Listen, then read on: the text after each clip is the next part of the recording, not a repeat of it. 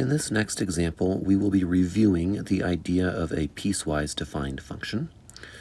A piecewise defined function is a function that is defined differently for different parts of its domain.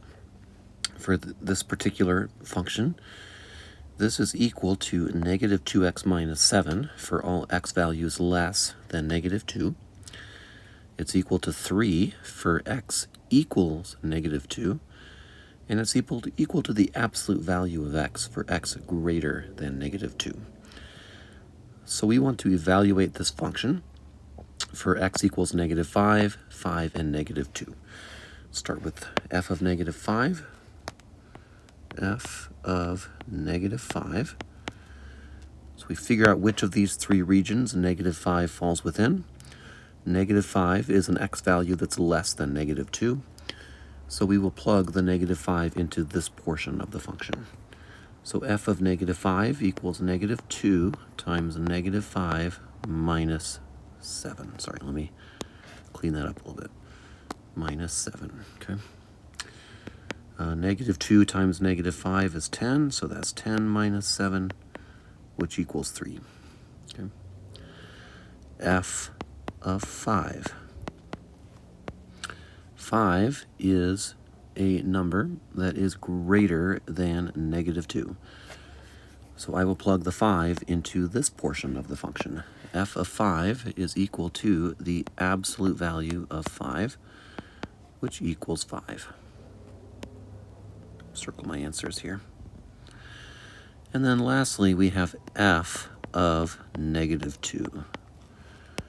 Negative 2 is clearly equal to negative 2. When x equals negative 2, the function is equal to 3.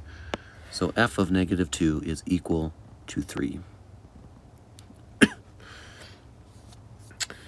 Next, we'll move on and we'll review the concept of linear functions. A linear function is a function that when graphed, it is a straight line. Typically, we like to put linear functions in slope-intercept form.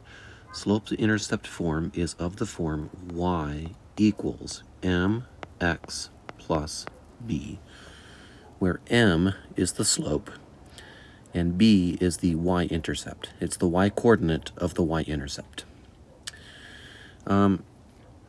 If we want to find the equation of a straight line in slope-intercept form, if we're given the slope and a point, there are two ways to do it.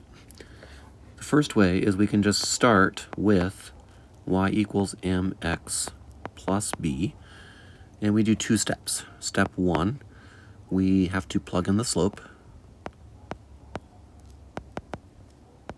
Okay. And then step 2, we have to plug in the point, the coordinates from the point, and solve for b. Okay, so the idea here is we're given the slope and we're given the coordinates of one point, an x value and a y value. So into this formula, we would replace m with the slope. We would replace x and y with the coordinates of the known point, and then b would be the only unknown value, and we could solve for b.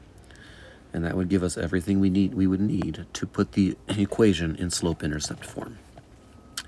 The other option is to use the point-slope formula, which is that y minus y1 equals m times x minus x1. And with this formula, all you need is the slope and the coordinates of one point. Those would be x1 and y1. And you plug that information in and you solve for y to get the equation. Let's go over an example, and we will try both of these methods with this example. So it says find the equation of the line passing through the points 1, negative 3, and negative 2, 5. Remember that the slope is defined as the vertical change over the horizontal change, and when we're calculating the slope, if we have the coordinates of 2 points, all we need to do is subtract the y values and then divide that by the difference of the x values. So y2 minus y1 over x2 minus x1. So if I plug in the information, if I subtract the y values, I get 5 minus negative 3 divided by negative 2 minus 1. A minus of a minus is a plus. So 5 minus negative 3 is the same as 5 plus 3, which is 8. Negative 2 minus 1, that is negative 3. So my slope is 8 over negative 3, or really just negative 8/3 is my slope, okay? So let's do method number 1 up here. Method number 1, I'm starting with y equals mx plus b. And I begin by plugging in the slope, which is negative 8/3. So y equals negative 8/3 x plus b. Next, I choose one of these 2 points, it doesn't matter which one, and I plug the coordinates into my equation here. Let's choose 1, negative 3.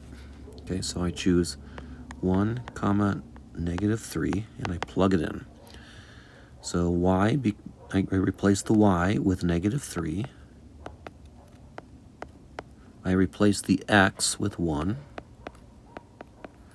And I want to solve for b. So what I get is negative 3 equals negative 8/3 plus b.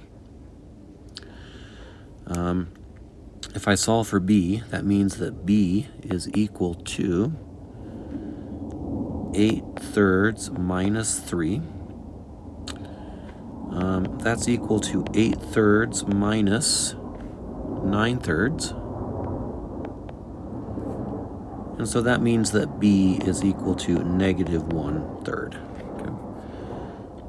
So now, all I got to do is plug b in up here to get my equation. So that tells me that y is equal to negative 8/3 x minus 1/3.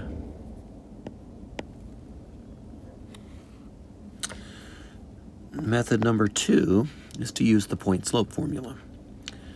So y minus y1 equals m times x minus x1. Let's use the same point. Again, it doesn't really matter, but let's use the same point. And what I'm doing is I'm going to replace y1 with negative 3 and x1 with 1. Okay? So here's what that looks like. Y minus negative 3 equals, and then also I'm replacing m with negative 8/3, right? So negative 8/3 x minus 1. And then I want to simplify and solve for y. Of course, a minus of a minus is a plus, so y minus negative 3 is y plus 3. On the right, I will distribute that negative 8/3. So I get negative 8/3 x plus 8/3. Now I want to solve for y by subtracting 3 from both sides. So y is equal to negative 8/3 x plus 8/3 minus 3. But let's write that 3 as a fraction. Negative 8/3 x plus 8/3 minus 9/3. Of course, 8/3 minus 9/3 is negative 1/3. So there's my answer, exactly the same as the answer I got using method 1, right? So 2 different methods to give you the same result. Okay, next, let's talk about quadratic functions. Quadratic functions can be expressed in 2 forms. General form is any function that looks like f of x equals a x squared plus bx plus c. An example would be this. F of x equals 2x squared plus 4x minus 6. Vertex form is a quadratic function that is in the form f of x equals a times x minus h squared plus k. An example would be this. F of x equals 2 times x plus 1 squared minus 8. Remember that when you graph a quadratic, the result is a parabola. You might have a parabola that opens up. You might have a parabola that opens down. This point right here is called the vertex. Okay, there's the vertex. It's either going to be the lowest point or the highest point on your graph, right? Depending on whether it opens up or opens down.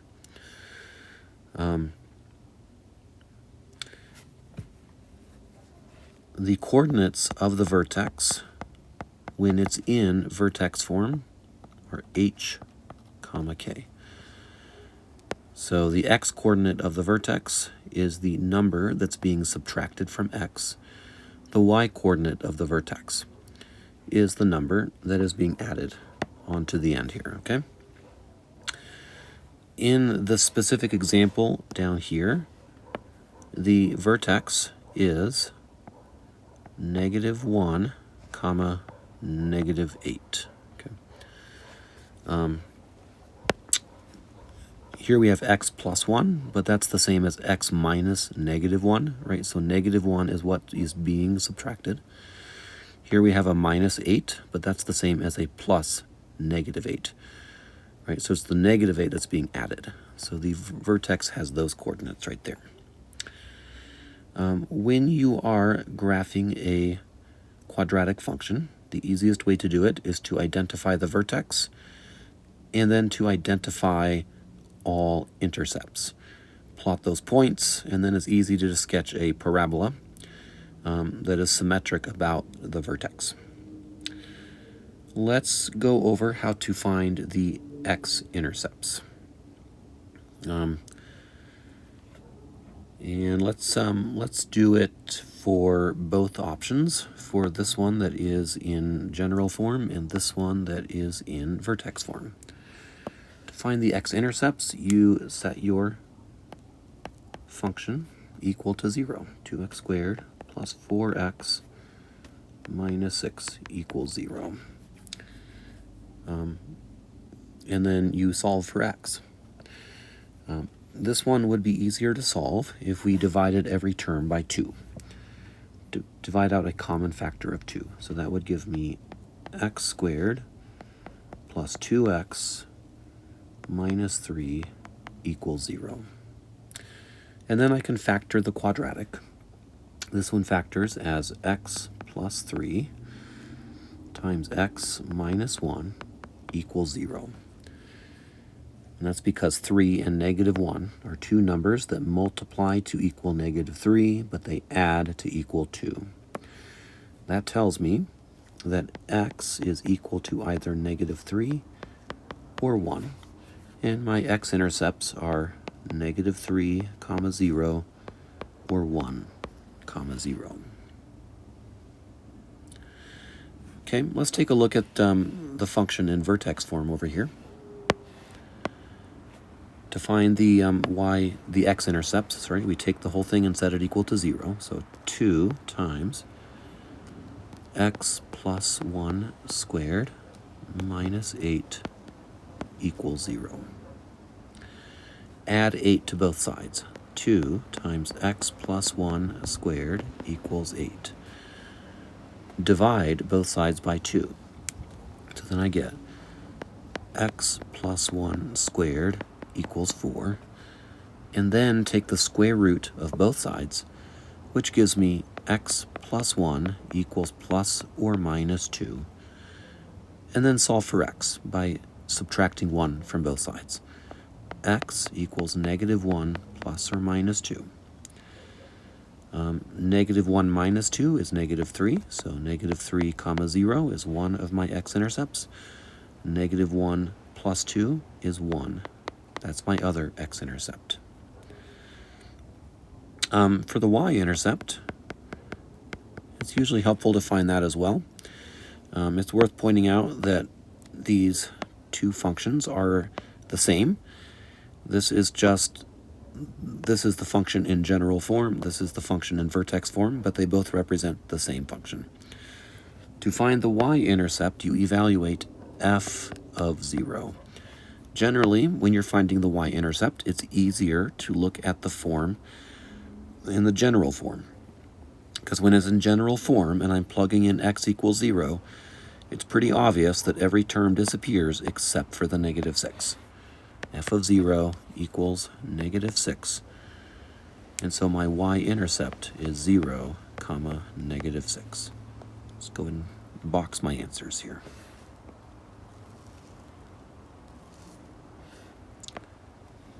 There we go. Okay, finding the vertex. There are two ways to find the vertex. The first method is to use the vertex formula. The vertex formula gives me the x value of the vertex. It's this formula, x vertex equals negative b over 2a. Now, if I go up and look at the function in general form up here, right, it becomes pretty clear that a is equal to 2, b is equal to 4, and c is equal to negative 6. So, negative b over 2a. b is 4, so negative b is negative 4. 2a is 2 times 2, right? So this becomes negative 4 divided by 4, because 2 times 2 is 4. So that works out to be negative 1. That is the x value of the vertex. To find the y value of the vertex, I take this x value and I plug it into my function right here, okay? So the y value of the vertex is equal to f of negative 1. And that is equal to 2 times negative 1 squared plus 4 times negative 1 minus 6. That is equal to 2 times 1 minus 4 minus 6. 2 times 1 is just 2. 2 minus 4 is negative 2. Negative 2 minus 6 is negative 8. So my vertex is negative 1, negative 8. The other option is to find the vertex by putting it into vertex form. If it's already in vertex form, we've already gone over how to find the vertex, right? H is the x value of the vertex, k is the y value of the vertex. But what if it's not already in vertex form? How do you convert it to vertex form? To do that, we have to do a completing the square process. Let's go over how to do that. So what I want to do is, we're starting with the function here in general form. Let me just write that down. F of x equals 2x squared plus 4x minus 6. What I want to do for now is I want to focus just on the first two terms. So I'll put parentheses around those first two terms. I'm going to pull out a factor of 2 from those first two terms. Pull out a factor of 2. So what's left inside the parentheses is x squared plus 2x, and then I've got the minus 6 outside the parentheses. To complete the square, what I do is I take the coefficient of the x term. That would be the 2 that's sitting in front of that x. I divide that coefficient by 2, and I square it. So let's come down here and do that. So I take the coefficient of the x term, I divide it by 2, and I square it. that is equal to 1 squared, which is equal to 1. I want to take this 1 that I just calculated and I want to add it to the terms inside the parentheses. So I get f of x equals 2 times x squared plus 2x plus 1. But I can't just add a number without compensating for it somewhere else. So I want to add 1, but I also want to subtract the same amount. The thing is, I don't want to subtract a 1 inside the parentheses. I want to compensate by subtracting something outside the parentheses. But I'm not going to subtract a 1. I'm actually going to subtract a 2.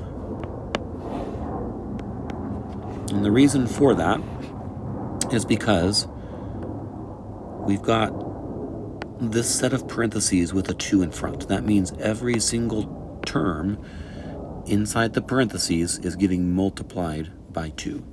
So this isn't just a 1, it's actually a 1 times 2, which is 2, right? So to compensate for that, I am going to subtract 2 outside the parentheses. Now,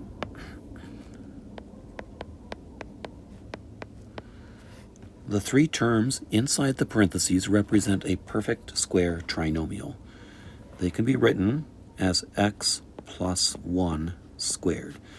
It's a factored quadratic where both factors are the same.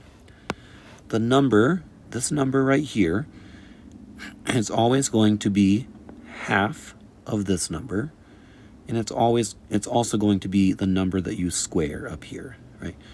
So if you're ever not sure what number this should be, it's always half of this number or the number that you square up here. And then we have negative 6 minus 2, which becomes minus 8. And now we have the equation in vertex form. Notice that it matches what we have up here, right? And I know now that my vertex has the coordinates negative 1, negative 8. All right, let's come down here and graph my quadratic. So we want to plot all the key points that we just found. We'll graph the vertex. That has the coordinates negative 1, negative 8, right there. I will graph my x-intercepts, negative 3, 0, and 1, 0. Okay, negative 3, 0 is right here. 1, 0 is right there. I will graph my y-intercept, which is 0, negative 6. That is right here. And I may as well sketch in my axis of symmetry, which is the vertical line that passes right through the vertex. And then we've got a parabola that opens up both sides like this. The domain is going to be all values of x. We can say negative infinity to infinity.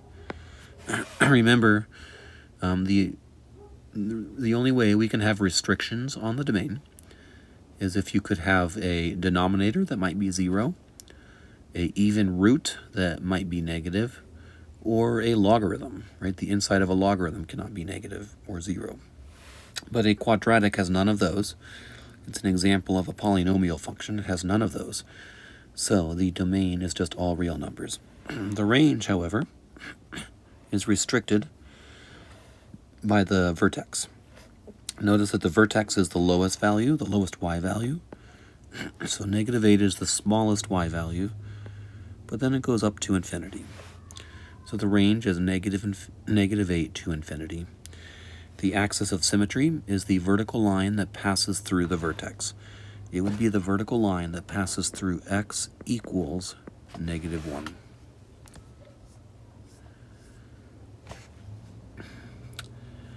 Okay, let's move on and just talk about polynomial functions in general. A quadratic function is an example of a second-degree polynomial. the degree of the polynomial is determined by the term with the largest exponent, which we call the leading term. Whatever that exponent is, that's the degree of the polynomial, right? So a quadratic is a second degree. A linear function is a first degree polynomial. If your leading term has an x cubed, that would be a third degree polynomial, and so on. One of the key aspects of the graph of a polynomial function is the end behavior. That is what the graph looks like as x gets very big as it goes to infinity, or very small as it goes to negative infinity. There are 4 types of end behavior. You could have this kind, where you get both up, or this kind, both down. Now these kinds of end behavior, these correspond to polynomials of even degree.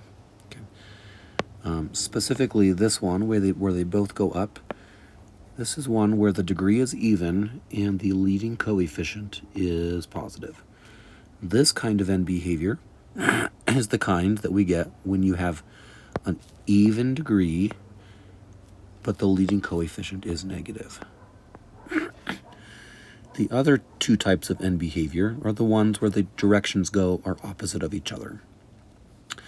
Those both correspond to odd degree polynomials. So one kind is up to the right, down to the left, okay? This is the kind of end behavior you get if the leading coefficient is positive. The other kind is up to the left, down to the right. This is what you get if the leading coefficient is negative, okay? Again, these end behaviors are what you get for even degree polynomials. These end behaviors are what you get for odd degree polynomials. Another important aspect of polynomial functions is the behavior around real zeros. The real zeros are the values of x that make the polynomial equal to 0 when you plug them in, and they also represent the x-intercepts of the graph. The multiplicity is how many times the 0 repeats. Right, so when the polynomial is in factored form, we can determine the multiplicity by seeing what the exponent is on the individual factors. If it's even, that's an even multiplicity. If it's odd, it's an odd multiplicity. And it's important because that dictates the type of behavior at the x-intercepts. If you have an even multiplicity, the behavior is you have a touch, turn. Okay. Let's say this is my x-axis. We would be seeing something like this, right, where it touches and then it turns. But an odd multiplicity, this is one where it goes through. It actually crosses through. Let's assume that's my x-axis. We cross through something like that, right? Another important characteristic is the number of turning points when you graph a polynomial. And one important rule is that an nth degree polynomial has at most n minus 1 turning points. Let's come down here and look at example 1. It says determine the degree/sign of each polynomial. State each 0 and whether the multiplicity is even or odd. Okay, so let's take a look at this first one. Notice that the end behavior is down on the left, down on the right. So it's this end behavior right here. That means it is going to be an even multiplicity with a negative coefficient. So what is the degree? We might consider the number of turning points. 1, 2, 3 turning points. Remember that an nth degree polynomial has at most n minus 1 turning points. So if we have 3 turning points, and we know it's an even degree, this suggests it was probably a fourth degree, right? Because 4 is one more than 3, the number of turning points. So this could be a negative fourth degree. So that would be the degree sign portion here. Then it says to state each zero and whether the multiplicity is even or odd. Let's do a little table here. Zeros and multiplicity. Let's go from left to right. The first zero is this one right here. That's the first x-intercept. It looks like that passes through the x-axis at -1. Let's just list the zeros, then we'll come back and consider the multiplicities. The next one is right here. It's like that one passes through the x-axis at x equals 1. And the last one is right here. Right? This one is another x-intercept, which looks like it corresponds to 1, 2, 3.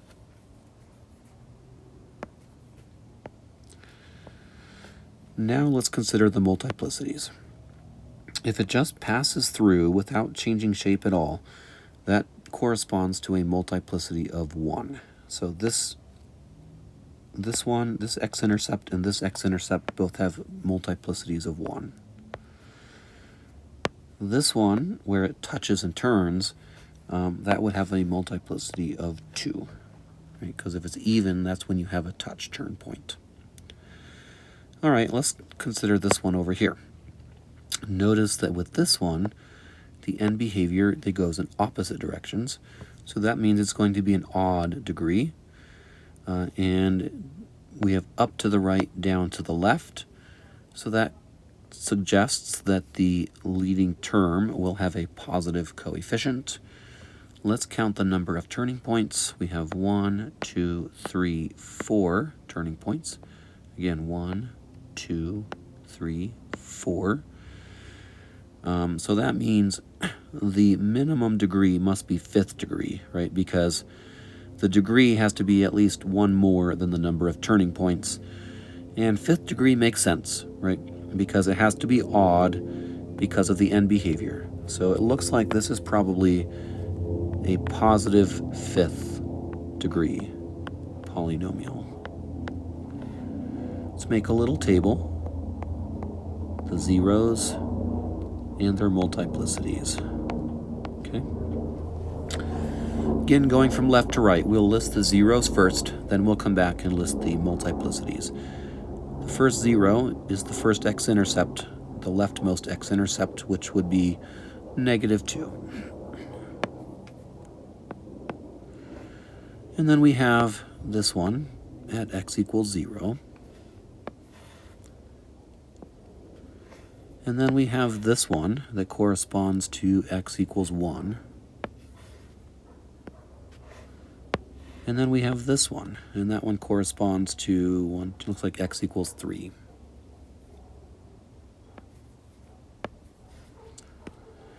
Now the multiplicities.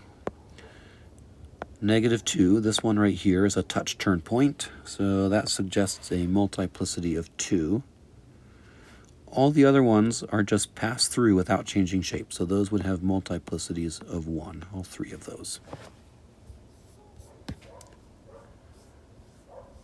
Okay, let's take a look at another example. This one we just want to sketch the graph of a polynomial function. The nice thing about this one is that it's in factored form, which makes it a little easier to identify the zeros. Let's begin by determining the degree sign of the leading term. If it's factored, the way we find the degree is by adding up the exponents on the individual factors. This factor has an exponent of 2. This factor has an exponent of 1. This factor has an exponent of 2. 2 plus 1 plus 2 is 5. So it's a 5th degree polynomial, and it's negative because of the negative sign sitting out front right there. So it's a negative 5th degree polynomial. Because it is a negative odd degree, you might consider our end behavior this one right here. Up left, down right. All right, let's just make a note of that. Up left, down right.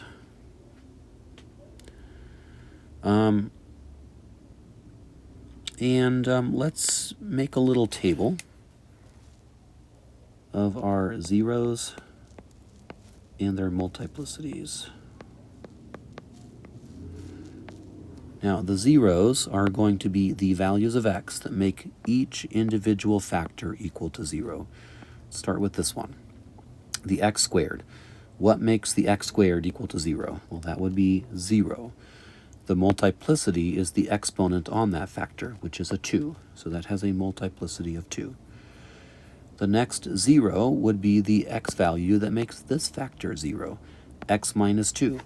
The x value that makes that 0 is 2, right? Because 2 minus 2 equals 0. This factor has an exponent of 1. That's the multiplicity. Then the last 0 will be negative 2. So negative 2 is what makes this factor equal to 0, right? Negative 2 plus 2 is 0. This factor has a multiplicity of 2, has an exponent of 2, so that would be its multiplicity. All right. When we're graphing this, the only features we're really concerned about here are that we graph the zeros and the end behavior correctly, and also the proper behavior at the zeros. We're not too concerned about how high the turning points go before turning around and those sorts of details. I'm going to just put a few marks on here to make the graphing a little bit easier.